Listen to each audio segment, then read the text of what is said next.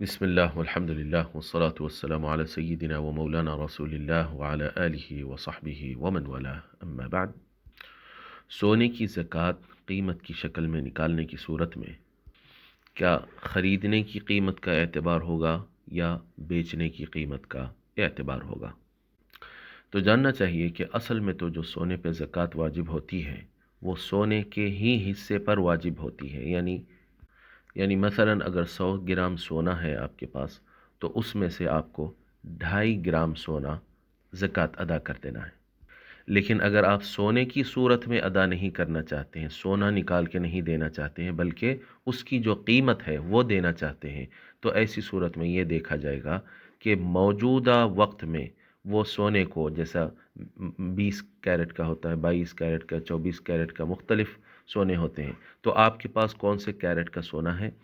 وہ آپ لے جا کے بازار میں دیکھیں کہ اس کی موجودہ بیچنے کی کیا قیمت ہے۔ اگر آپ بیچنا چاہیں تو اس پہ آپ کو کتنے پیسے ملتے ہیں، جو اس کی قیمت فروخت رہے گی، بیچنے کی قیمت رہے گی، مارکیٹ ویلیو رہے گی،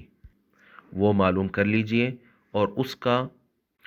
2.5% حصہ، 2.5 حصہ بطور زکوٰۃ کے نکال دیجئے۔ خلاصہ جواب یہ ہے کہ سونے یا چاندی کی زکوٰۃ میں خریدنے کی قیمت کا اعتبار نہیں ہوگا بلکہ موجودہ وقت میں بیچنے کی قیمت کا اعتبار ہوگا۔ واللہ ورسولہ اعلم و احکم۔